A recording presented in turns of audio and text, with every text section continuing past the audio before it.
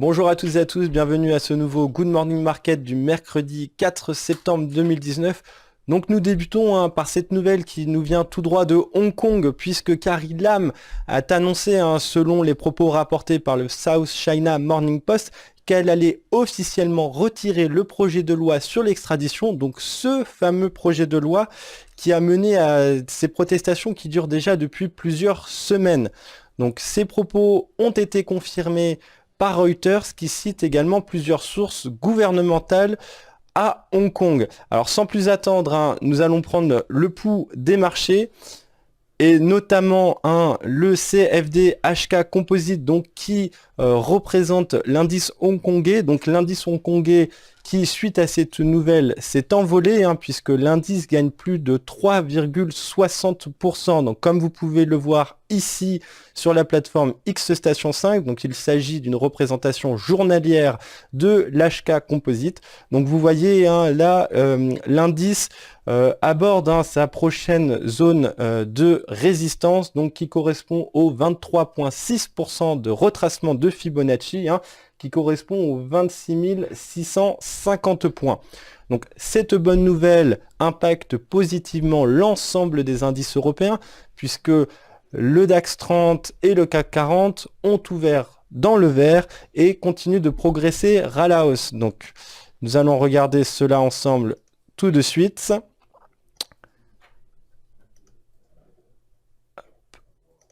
Alors voilà, comme je l'ai indiqué, le DE30 donc qui s'envole à la hausse, donc là qui retrace un tout petit peu, mais nous nous sommes affranchis des dernières zones de résistance, dont la primordiale, les 12 000 points. Donc ceci ne vient que confirmer, comme nous vous le répétons depuis le début de la semaine, cette figure chartiste qui est une épaule, tête et épaule inversée, puisque la ligne de coup se situe aux alentours des 11 850 points, donc ce qui nous donne un objectif théorique aux alentours des 12 200 points.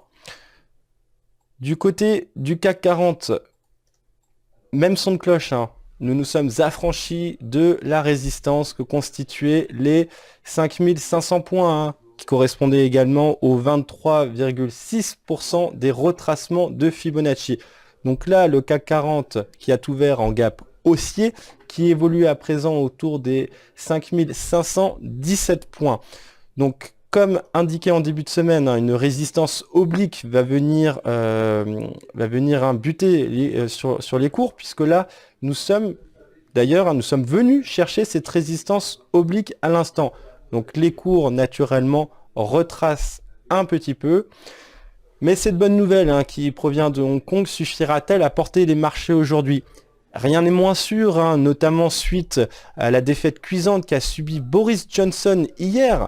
Boris Johnson qui a perdu un vote clé et de nombreuses défections au sein de son parti sont à noter, puisque pas moins de 21 députés conservateurs ont rallié les députés démocrates. Donc Boris Johnson est obligé à présent d'appeler à des élections législatives anticipées. Donc deux scénarios, l'un positif, l'un négatif. Donc le scénario positif, cependant qui est peu probable, c'est que les démocrates, représentés par les travaillistes, par le parti travailliste de Jeremy Corbyn, remportent ces élections législatives anticipées. Donc scénario peu probable, puisqu'il est crédité de peu de voix. Mais dans ces cas-là, nous pourrions assister notamment à un nouveau référendum si le Parti travailliste en décidait. Donc il pourrait appeler les Britanniques à se prononcer sur la question de savoir s'ils souhaitent réellement quitter l'Union européenne, puisque je vous rappelle que le Royaume-Uni doit quitter l'Union européenne le 31 octobre.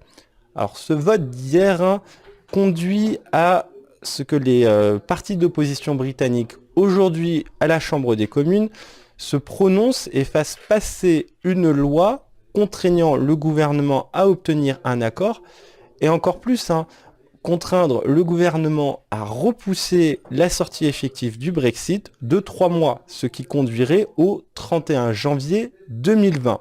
Donc je vous ai parlé de deux scénarios parce que le deuxième scénario, qui est plus négatif, serait de finalement renforcer les rangs des purs Brexiteurs, donc qui pourraient amener, lors de ces les élections législatives, des députés beaucoup plus durs, sur une ligne plus dure concernant le Brexit.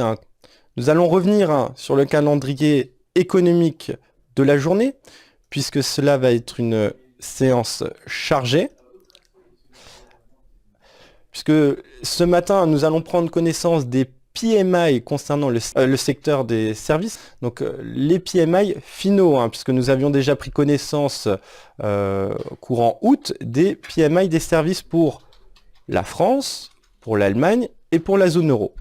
Donc point important, cet après-midi, nous prendrons connaissance de la balance commerciale américaine pour le mois de juillet. Donc très important, puisque toujours concernant le dossier commercial, on se rend compte que les États-Unis exportent de moins en moins vers la Chine en raison des tarifs douaniers chinois, notamment les derniers qui sont applicables depuis le 1er septembre. Enfin, journée placée sous le signe de la Réserve fédérale américaine, puisque nous prendrons connaissance du Beige Book de l'institution américaine à partir de 20h. Cela sera précédé notamment d'un discours d'une intervention plutôt de Neil Kashkari, donc qui est le président de la Réserve fédérale de Minneapolis, donc qui devra s'exprimer à partir de 19h, suivi de l'intervention de Charles Evans, donc qui est le président de la Fed de Chicago, qui lui doit s'exprimer à partir de 21h15. Donc déjà hier, deux présidents de Fed ont pris la parole, James Bullard, donc qui lui plaide pour une action agressive de la Fed. Il souhaite que la Fed procède à une baisse de 50 points de base le 18 septembre prochain, à l'issue de la réunion du FOMC, et ce pour répondre aux attentes du marché qui sont extrêmement fortes. Mais d'un autre côté, un autre président d'une réserve fédérale a pris la parole. Il s'agissait de Eric Rosengren, donc qui est le président de la réserve fédérale de Boston, qui lui indique que les risques que si les risques pour l'économie américaine se matérialisaient, il faudrait que la Fed adopte une action agressive, tout comme les propos de Bullard. Mais cependant, Eric Rosengren a modulé ses propos, puisqu'il a précisé qu'il ne lui semblait pas nécessaire que la Fed prenne des mesures supplémentaires. Donc des mesures supplémentaires, nous pensons notamment à un programme d'assouplissement monétaire, un quantitative easing. Quantitative easing d'ailleurs, qui pourrait se matérialiser en Europe, donc dans la zone monétaire européenne, puisque aujourd'hui Christine Lagarde va s'exprimer devant le Parlement, devant une commission, pour présenter son programme en tant que future présidente de l'institution européenne, de la Banque centrale européenne. Enfin, à 22h30, nous prendrons connaissance du rapport de l'American Petroleum Institute. Donc rapport qui devra estimer la variation des stocks hebdomadaires de pétrole brut pour la semaine terminée au 30 août 2019.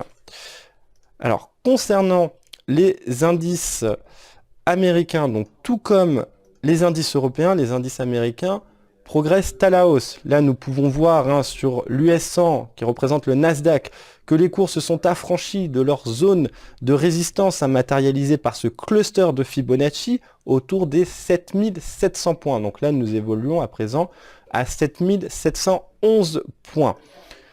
Enfin, concernant le S&P 500, donc représenté par l'US 500 sur la plateforme X Station, nous voyons que les cours sont venus buter sur leur zone de résistance qui est matérialisée par les retracements de Fibonacci, donc correspondant aux 2930 points, 2932 points.